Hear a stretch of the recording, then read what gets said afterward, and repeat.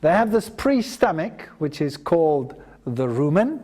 And if you look at the anatomy, you find the rumen, which is a large fermentation chamber. So the food that they chew, largely vegetation, enters into the rumen. Their bacteria ferment this product.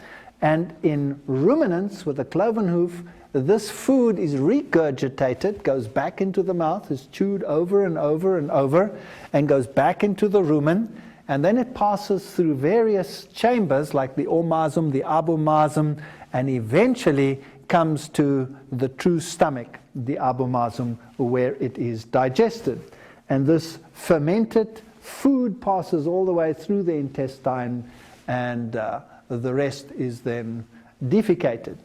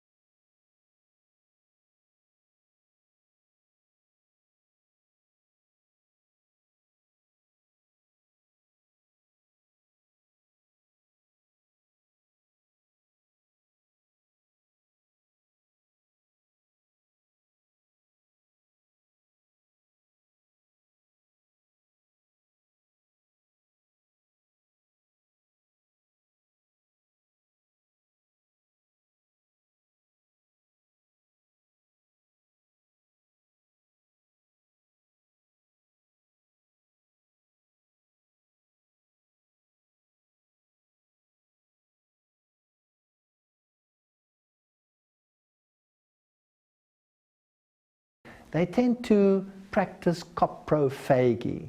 Coprophagy, phagy means feeding. They ingest their own excreta. That's one of the reasons why these creatures might be considered unclean. So it's also a form of chewing the cud, but of course, instead of taking it from a pre-stomach, the rumen, and regurgitating it to the mouth, they're taking it from the other side. And that makes a big difference.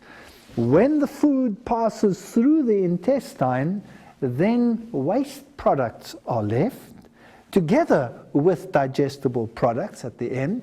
And when recirculated, some of these chemicals like secondary bile salts and all of these issues which are detrimental are added to the food chain.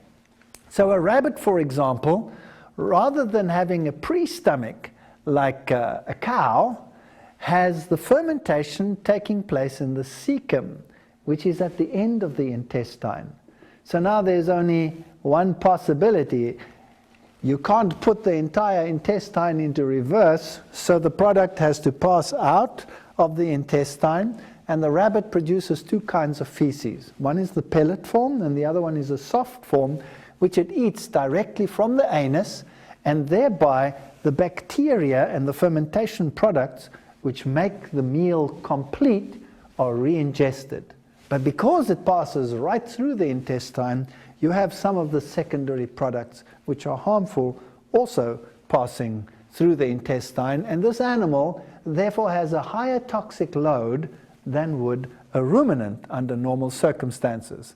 So we see the cecum here in this dissected creature is very, very large and lies there as a big fermentation chamber. If you unravel the intestine of a rabbit, for example, you have this normal intestine where the absorption takes place over here, and then you have the large cecum where the fermentation takes place. So the only possibility to re-ingest that is to take it from the other side.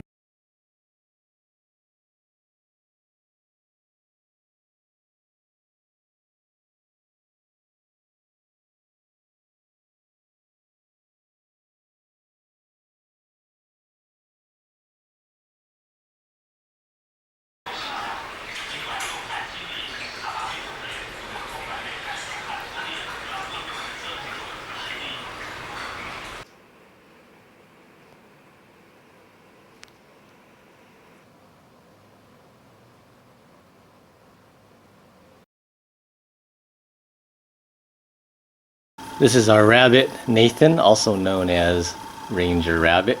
This is a whole plate full of cecotropes that he outputted. Let's see if he eats it all. You want this, boy? Here, boy. Let's take that out of your mouth. Here you go. Oh my gosh, he's going to town on this.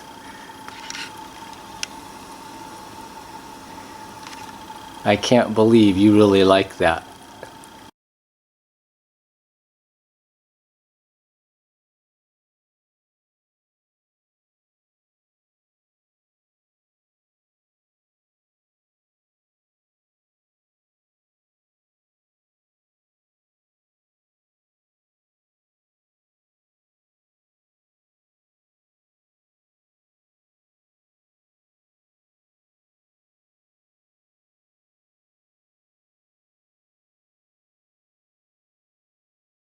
يعني البعض يقول أن من حكمة تحريم أكل الخنزير أنه يأكل الروث ويأكل الأوساخ ويأكل هذه الأشياء. ماذا لو أتينا بخنزير وأبقيناه في حجرة مغلقة ولم نطعمه إلا الطعام النقي؟ أولا الخنزير حيوان نجس، حيوان قذر، حيوان رمام، يأكل الجيف ويأكل النفايات. حتى لو يعني ربيته في وسط يعني يحول بينه وبين ذلك، هو في فطرته في تكوينه، يعني يأكل ما يخرج هو نفسه، يعني لا تستطيع أن تغيرها. بعض الخنازير والله أكلت روثها أمامهم، أكلت روثها أمامهم. فيعني هو حيوان بطبيعته التي فطره ربنا تبارك وتعالى عليها، حيوان رمام، يعني ولا تستطيع أن تغير هذه الفطرة مهما جاهدت في تربيته تربية خاصة.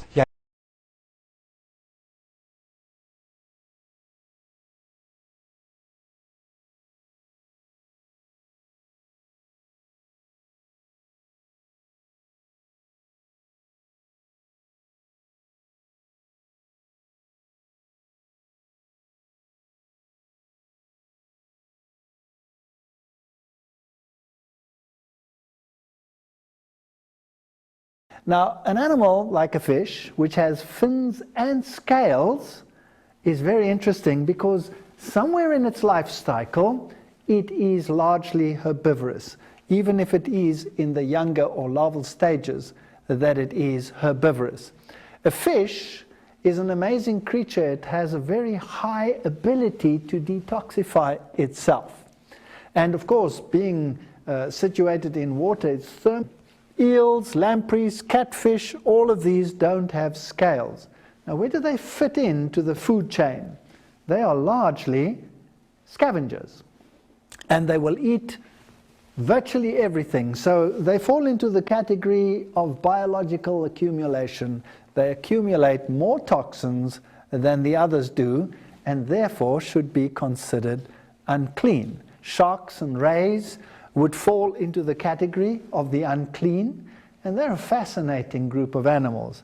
Now, they live in marine environments, many of them, and when they live in the marine environment, they have a problem.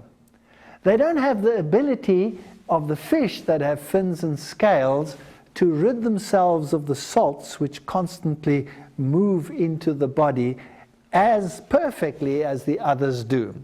So these creatures solve their osmotic water problems in a different fashions. A bony fish will excrete salts through the gills, so when it drinks seawater, it desalinates the seawater and gets fresh water through this process. And that is how these fishes survive in a marine environment. A shark, on the other hand, also has less salt in its body than the sea has.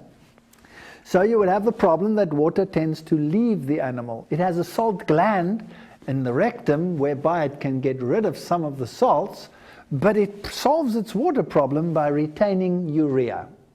And so it has very high levels of urea. Urea is, of course, a waste product which other animals just excrete to get rid of it because it is toxic. But these creatures retain it and have developed a resilience and a resistance to this product. So in fact, they are like urea enhanced creatures. So what would happen if you took the fins of the top of the animal and dried them, what you would get is you would get crystallized urea. And when you make shark fin soup, that's exactly what you have. It's like putting a urea tea bag in the soup. It surprises me that it's so expensive